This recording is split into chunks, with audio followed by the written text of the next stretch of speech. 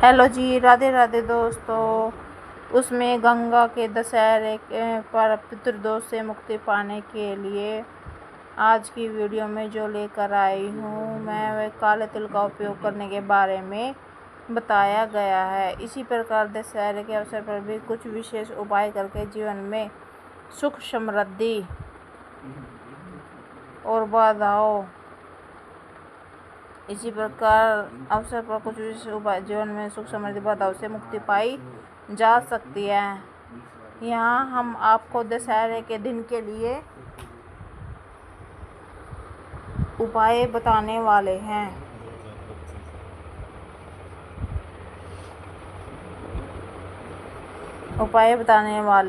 जो कि आपको घर बैठे बिठाए कल के दिन के लिए उपाय मिल रहे हैं, क्योंकि कल है 5 जून का दशहरे का उपाय है। तो 5 जून कल है गंगा दशहरा। रहने दे भाई, तोड़े ना। तो दशहरे के दिन शमी के पेड़ की पूजा करना अत्यंत शुभ माना जाता है। शमी के वृक्ष के नीचे दीपक जलाने से सौभाग्य में वृद्धि होती है और जीवन में सफलता की प्राप्ति होती है। नंबर 2, दशहरे वाले दिन दीपक क्यों जलाया जाता है? गंगा के किनारे जो लोग गंगा जी नहीं जा सकते उनके लिए घर पर ही करने वाले उपाय लेकर आई हूँ। दशहरे के दिन घर के मुख्य द्वार पर घी का दीपक जलाना शुभता और समृद्धि का प्रतीक है। दीपक को मुख्य द्वार के बाईं ओर रखना विशेष रूप से लाभकारी माना गया है। कल के दिन अगर आप मंदिर में झाड़ू का दान करते हैं तो किसी मंदिर में झाड़ू का दान करें। यह उपाय धन संबंधी समस्याओं को दूर करने में सहायक है। तुलसी और शंख की पूजा। दशहरे वाले दिन तुलसी और शंख की कुबेर और लक्ष्मी की पूजा। गंगा दशहरे वाले दिन कुबेर और लक्ष्मी की पूजा भी की जाती है। धन लाभ के लिए दशहरे वाले दिन धन के देवता कुबेर और देवी माँ लक्ष्मी की पूजा करें। इनके सामने घी का दीपक जलाए। यथाशक्ति चावल और मिठाई पुष्प अर्पित करें। इन उपायों को अपनाकर आप दशहरे के दिन अपने जीवन में सकारात्मकता परिवर्तन ला सकते हैं। यदि आप इन उपायों पर आधारित एक विस्तृत वीडियो बनाना चाहते हैं। नंबर 1, शमी के वृक्ष की पूजा। शमी के वृक्ष की पूजा कैसे करें, इसके क्या क्या लाभ है? नंबर 2, दीपक जलाने का महत्व। घर के मुख्य द्वार पर दीपक जलाने की विधि और इसके पीछे का क्या कारण है?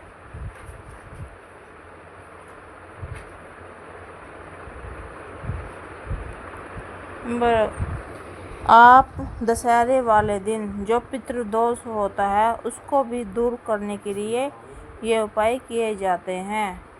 जब किसी व्यक्ति की कुंडली में पूर्वजों की आत्मा अप्रसन्न होती है या किसी अधूरे कर्म की वजह से वर्तमान पीढ़ी को बाधाओं का सामना करना पड़ता है तो यह दोष पितृदोष कहलाया जाता है। यह दोष सूर्य, चंद्र, राहु और केतु की विशेष युति दृष्टि से उत्पन्न होता है, लेकिन इसका सबसे बड़ा संकेत है जीवन में बिना किसी कारण के बार बार आने वाली रुकावटें, जैसे नौकरी या व्यापार में बार बार सफलता।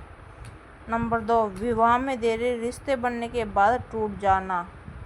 नंबर 3, जिसके ऊपर पितृदोष होता है संतान सुख में बाधा। नंबर 4, मानसिक अशांति और घर में क्लेश। जिस घर में पितृदोष होता है उसमें घर में क्लेश रहता है। यदि आपको इन पितरों को स्मरण करके उनको तर्पण, पिंडदान और उपाय करना चाहिए पितृदोष के निवारण के लिए दशहरे वाले दिन। दशहरा इन शुभ कामों के लिए श्रेष्ठ है। यह दिन शुभ कार्यों की शुरुआत के लिए सबसे अच्छा दिन है, क्योंकि कल है 5 जून और जेठ का दशहरा है। इस दिन ब्रह्मांडीय ऊर्जा बहुत शक्तिशाली होती है। पितरों की आत्माएं इस दिन किए गए श्राद्ध, तर्पण और उपायों से शीघ्र प्रसन्न होती है।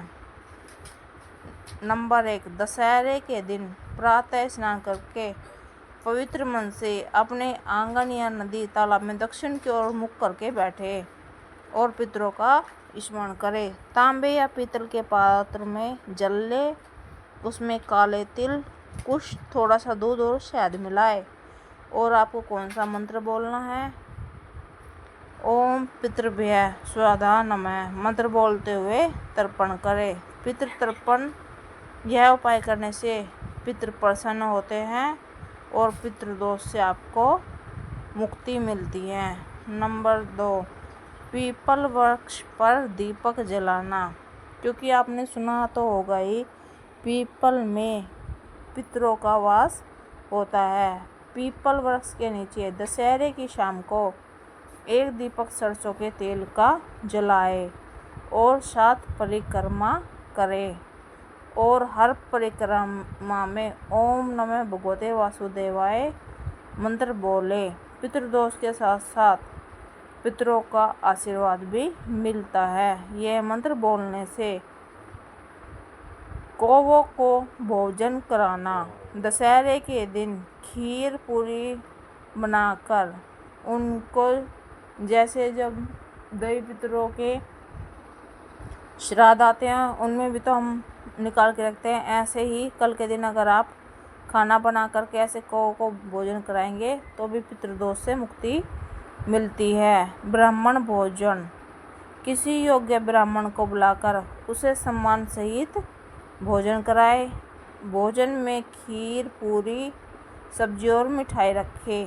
भोजन के बाद यथाशक्ति दक्षिण, वस्त्र और तांबे का पात्र भेंट करें। इससे पितृ अत्यंत प्रसन्न होते हैं। नंबर 5, पितृ सूतक और रुद्र सूतक का पाठ करें। दशहरे के दिन पवित्र स्थान पर बैठकर पितृ सूतक और रुद्र सूतक का पाठ करना चाहिए। दशहरे के दिन किसी तीर्थ स्थान या मंदिर में जाकर पिंडदान करें। यज्ञ में विशेष रूप से तिल, जौ और गाय का घी समर्पित करें। पितृगण को तृप्ति मिलती है और वंश में खुशहाली आती है। जल में दीपदान, दशहरे की रात को किसी जल स्रोत, नदी, तालाब में दीपक प्रवाहित करें। दीपक को पूर्वजों की आत्मा को समर्पित करें और प्रार्थना करें, हे पितरों, आज जहाँ भी हो प्रसन्न रहे। यह कार्य पितरों की आत्मा की शांति देता है। तर्पण करते समय श्राद्ध और मन की पवित्रता बहुत आवश्यक है। कोई भी उपाय करते समय मन में संदेह या दिखावा ना हो। भोजन बनाते समय शुद्धता रखें, पवित्र वस्त्र पहने, किसी से कटु वचन ना बोले और दान दक्षिणा करते समय मन से दे। यदि आप यह पितृदोष का कल 5 जून गंगा दशहरा वाले दिन कर लेते हैं तो आपके जीवन से पितृदोष हमेशा के लिए ख़त्म हो जाएगा और आपके जो भी बनते हुए काम, जो आपके काम नहीं बन रहे थे वे काम बनने शुरू हो जाएंगे। आप यह उपाय करने से आपके जीवन की बाधाएं कम होने लगती है। घर में सुख समृद्धि आती है। संतान, विवाह और धन से जुड़े मामलों में सुधार होने लगता है और सबसे बड़ी बात जो है, आपके पितरों की आत्मा को शांति मिलती है और आपके जीवन में उनका आशीर्वाद आपको जीवन में मार्गदर्शन देता है। तो ये वीडियो मैं आप सबके लिए घर बैठे बिठाए लेकर आई हूँ, न तो आपको कहीं भी जाने की ज़रूरत है ये छोटा सा उपाय, ये जो चीज़ें मैंने इस उपाय में बताई है, ये तो आपको अपने घर में किचन में भी मिल जाएगी, न तो इसमें 1 रुपये का भी खर्च है। घर बैठे बिठाइए, बालाजी महाराज की कृपा से आप लोगों तक मैं पहुंचा रही हूं। जो मेरे चैनल पर नए हैं, चैनल को सब्सक्राइब कर ले, वीडियो को लाइक कर दे और कमेंट में जय श्री बालाजी महाराज के नाम का जयकारा लगाना ना भूलें। हाँ, एक बात और, आप लोग यह उपाय करने से पहले वीडियो को एकांत में बैठकर अवश्य सुनें, ताकि फिर बाद में आप यह ना बोल सके कि मेरा उपाय तो सफल ही ना हुआ। क्योंकि अगर आप यह वीडियो एकांत में बैठकर ध्यान से सुनेंगे तो आपकी समझ में आएगा कि इस उपाय में क्या क्या मैंने आप लोगों को बताया है। तो अगर किसी को कुछ समझ नहीं आ रहा है तो कमेंट सेक्शन में आकर वह मुझसे पूछ सकता है। तो बोलो जय बालाजी महाराज।